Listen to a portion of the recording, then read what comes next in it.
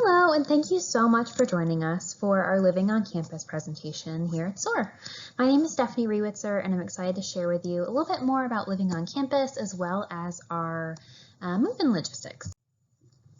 So jumping right in, kind of a quick review of what we'll be covering today, talking a bit about the benefits of living on campus, what that experience is going to look like, and in particular what changes are going on for spring 21. That are carrying over from our fall 2020 season, leadership opportunities and ways to get involved in the hall. We know community is such an important part of living on campus, and these opportunities really allow us to grow those with our students. Talking about proper residential citizenship, and then jumping into those move-in logistics and tips. So to kick us off, living on campus, our goal is to make residents feel connected to the university, and with overall sense of belonging on campus, students tend to succeed, and that's connected to national trends that we've seen. So research suggests that students who live on campus are more likely to graduate in 4 years, be more successful with a higher GPA, indicate that they enjoyed their collegiate experience more, and certainly have more opportunities to get involved. Other benefits of living on campus, besides the great community and proximity we can provide, we do have a lot of safety and security pieces in place. So thinking about, we have security guards that operate in our halls each night.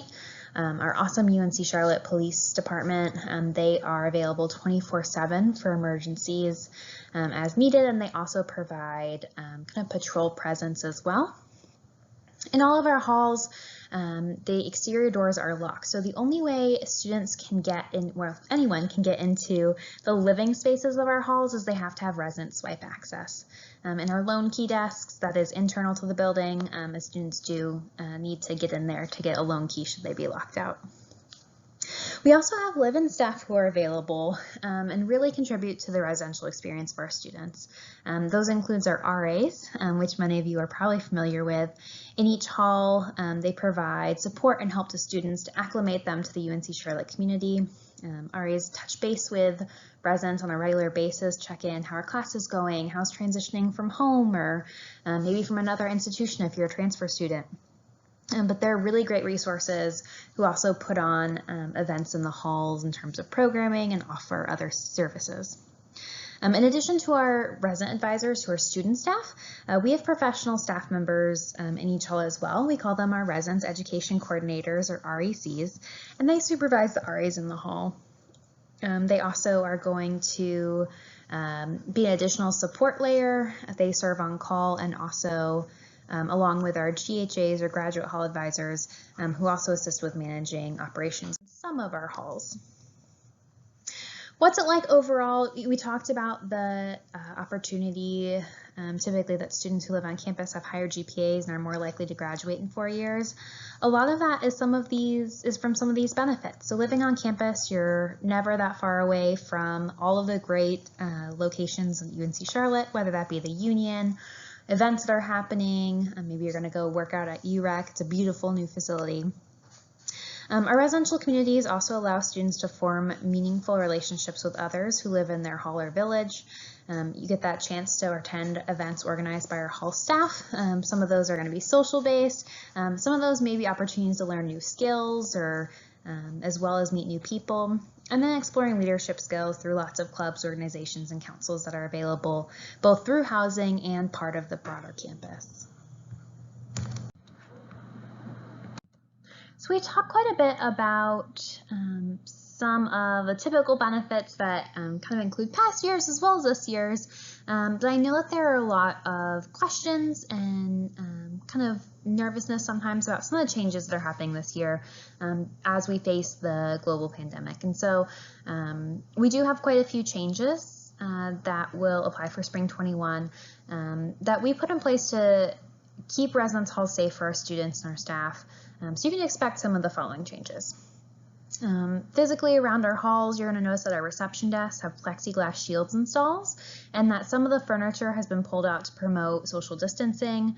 In a similar realm, some of our study lounges or common areas may have been closed or have reduced seating again to promote appropriate social distancing.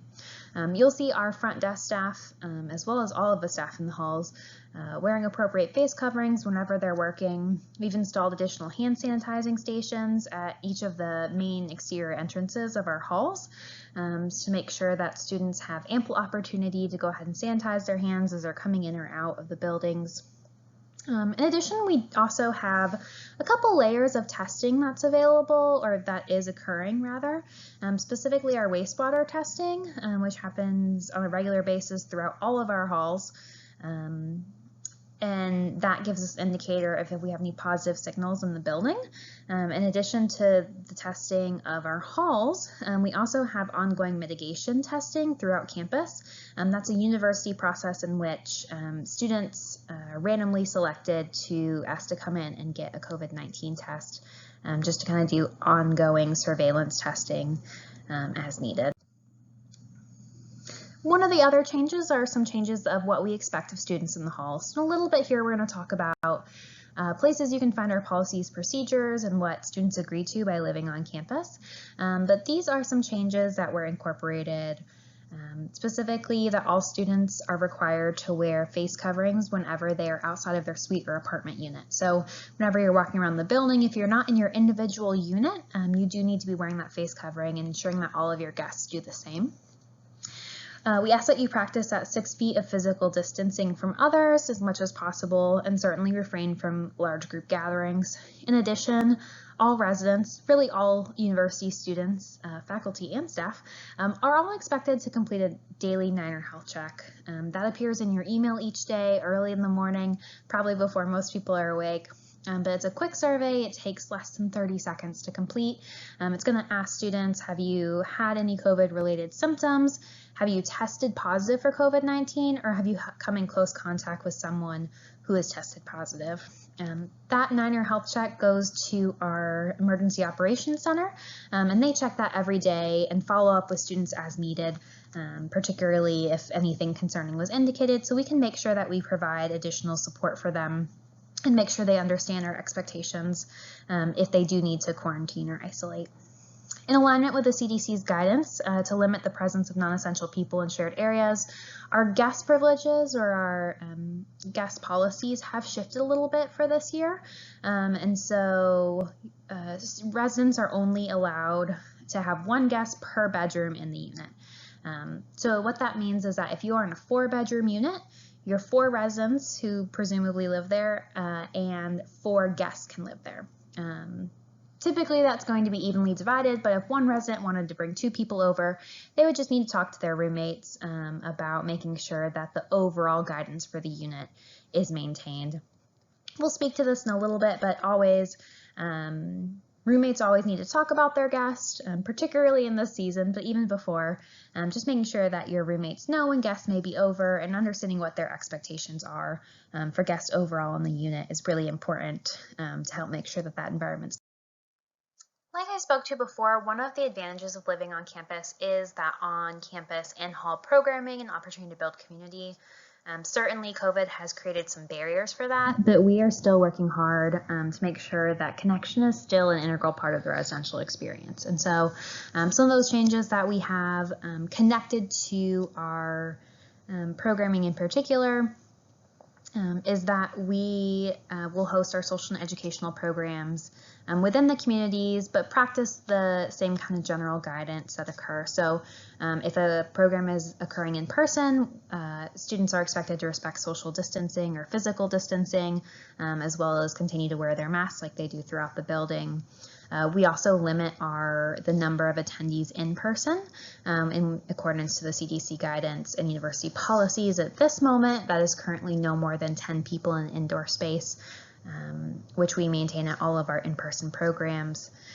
We also have been taking advantage of some various technology that's available to us, which at this point I'm sure is familiar to most of us, but we will also hold online platforms or online programs, whether that be through Zoom, through Discord, lots of different opportunities of kind of live interaction, as well as those more passive items. So most halls or all halls have either a Discord or a GroupMe, some kind of group channel where residents on floors or buildings have the opportunity to connect with one another. So if they are maybe looking for a group of people to play Among Us, there's an opportunity to post in that GroupMe or that Discord to kind of informally gather, which we typically saw happening more through coincidence. It takes a little bit more planning in the age of COVID, but we're using all the tools to make sure that our communities are safe, but also connected.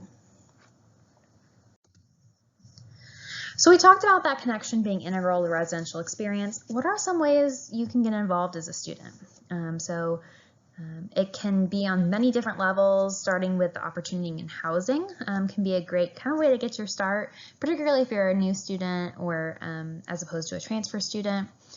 Beyond our housing organizations, which we'll dig into in just a moment, we do have over 400 student organizations throughout campus, and there is our student engagement office that can work to get you connected if you're not sure how to navigate that. They also have a great website where you can actually search all of the different 400 clubs in the within the university to see what might fit your interests. Residents can also choose to work with Student Government Association, or SGA as we typically call it, in the first year class council as a way to get involved as well.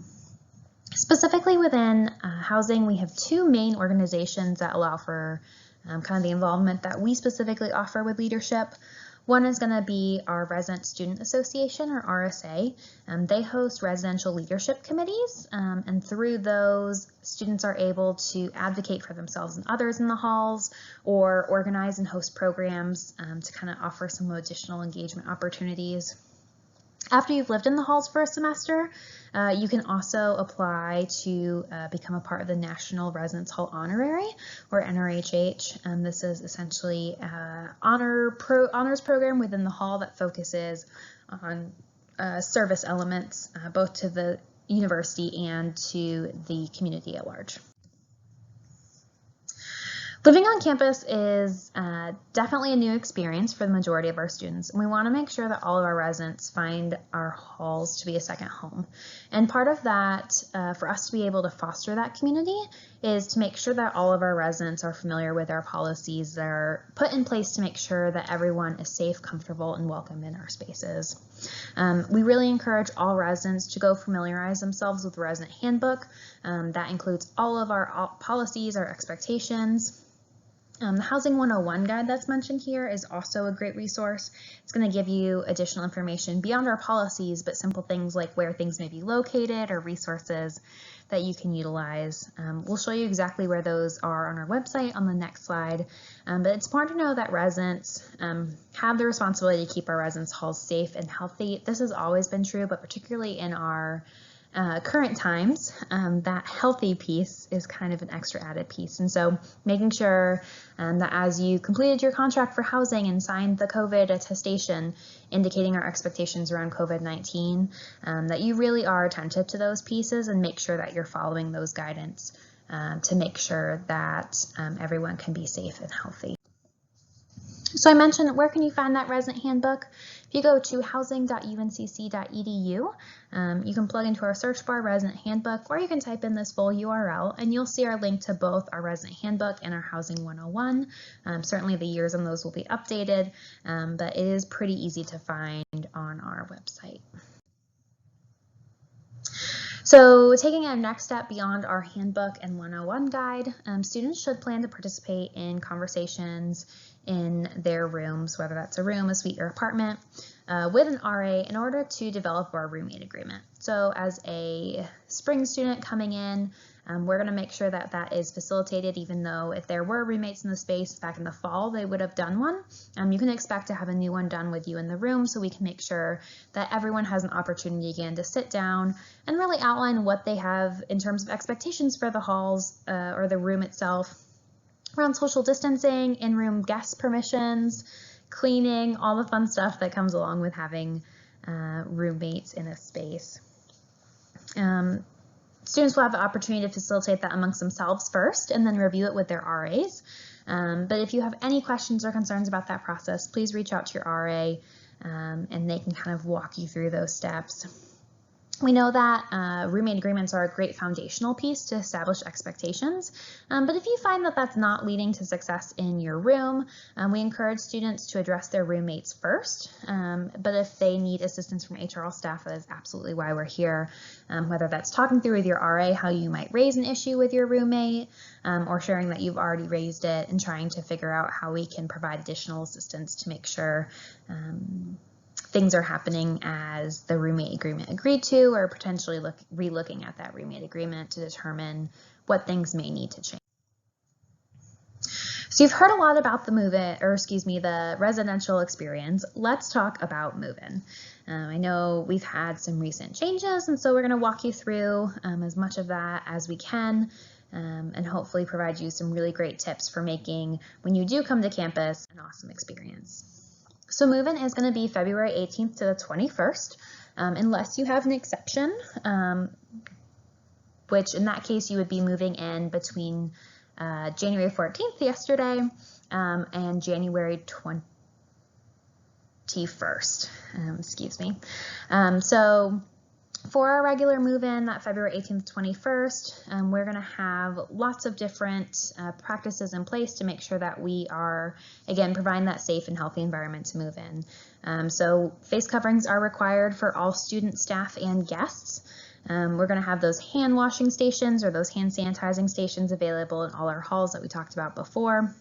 Our staff are working hard to make sure that we have increased cleaning and sanitation in high-touch areas. You will have to have a move-in appointment, which we'll talk about in a moment, in order to come in. This is just making sure that we don't have large groups of people coming in at the same time, kind of spread that out to avoid large groups of people. And certainly we will have social distancing signage to encourage sharing or not sharing space within 6 feet of each other. Move-in appointments, so you will need to sign up online for a required move-in appointment during that move-in period. We will be sending out details to your uncc.edu email as soon as those are available, how to do it. It's a pretty simple process. We'll indicate what the move-in windows are, and you pick what works best for you. We ask that you do fully move in within your move-in window. So what that means is taking all the stuff from your vehicle or wherever it's coming from and getting it into your room. Last semester, this was in a 2-hour period, and it should be similar moving forward. And then after that period is over, you still certainly can unpack in your room and all of those pieces, but we need to make sure we've kind of cleared those common areas and the hallway walkways for the next group of appointments to be able to move in and have some social distance involved in that as well. These appointments are also designed to keep everything efficient for you all, so that there are clear processes, you can kind of move through your day pretty quickly. Before arriving to campus, or in conjunction with arriving to campus, I should say, all students meeting the criteria for re-entry testing will need to be tested in conjunction with the start of in-person classes. Participation in the re-entry testing is required, and more information will be sent directly to anyone who meets that criteria by Friday, February 5th by the university. You can also check out the Niner Nation Cares website in order to gather more information about our re-entry testing. So let's talk about some tips and tricks. First off, please make sure you bring a photo ID. We do need to confirm your identity before we issue a key. You can bring up to 2 guests to help you unload and carry your belongings. We ask that those are the same guests, so if you had additional people you were hoping to help move you in, maybe they can come visit another time, but those 2 guests should be consistent guests and not just subbed out throughout the day. Please stick to your 2-hour appointment window. That was what I was speaking to before, of you have 2 hours to kind of unload your car and get it into the room, and then go ahead and unload within your room after that period, or maybe if you wrap up early. Only pack what is essential. Because you are limited to that 2-hour appointment window. You may not need all the decorations in your room. Maybe you can bring about half of them to kind of settle into your new home. We do still want you to be comfortable, but we also want to make sure that you have everything you need. And so please make sure that you check out our packing list, which is also on the move-in guide available on the housing.uncc.edu website. It's a great list just to walk through all the recommended items for those little things that we sometimes can forget. The other reason we ask you to limit your belongings is we do not have move-in volunteers participating at this point. And so we also are unable to issue hand trucks or carts to help with your move. So make sure you're bringing everything that you need to move in. If you need a dolly or something like that, they won't be provided, so you'll want to pack them in your vehicles. As mentioned before, masks will be required for all residents and guests. So please make sure you are wearing appropriate face coverings throughout your move-in time. There are additional tips and tricks as well as information in that move-in guide I mentioned, so I highly encourage you check out that as well. So what's next? Like I said, check out that packing list. It also is going to have a list of prohibited items. There may be some things that you have at home that just don't fit into the guidance of the university, things maybe like lava lamps that can have a heat source. So we know that those policies, while you'll read them in our resident handbook, are kind of hard to sometimes think about in advance, and so that prohibited list will give you a great idea of things that you should leave at home. We've got that move-in guide that was referenced with the packing list is contained within. But other things you can do to prepare is consider whether or not you might be interested in renting a micro fridge or buying linens through our linen programs. These are meant to be really simple and easy. If you rent the micro fridge, it's going to already be in your unit when you get there. And then in terms of our linen program, it has a quick, easy delivery to campus so that you don't have to load a giant box of linens into your vehicle that might already be getting a little full. We highly encourage everyone to purchase renter's insurance or check into their own homeowner's insurance to see if it's covered, maybe a parent's homeowner's insurance. We are not responsible for any of the belongings in your space, and so if there were to be any sort of event like a fire or a sprinkler event where the sprinklers were activated in the halls, we certainly will be repairing the spaces, but are not reimbursed or responsible for any of the belongings that were in it. And for that reason, we really encourage that renter's insurance being in place. Finally, make sure that you're keeping an eye on that UNC Charlotte email as things continue to evolve or new policies come about. More information is available, like for our reentry testing. All of those updates are going to be going to your email, so make sure you are keeping an eye on that. I know that was a lot of information and that you may have questions. Maybe you have special circumstances that you're concerned about and want to clarify to make sure that we're able to accommodate your needs. Please just reach out to us after the session. We've got the phone number here, 704-687-7501. That's going to connect you to our front desk, who have some super helpful students and staff who can answer your questions. You can also reach us by email at hrlmailbox@uncc.edu. We've talked through a lot of resources that are available on the housing website, housing.uncc.edu.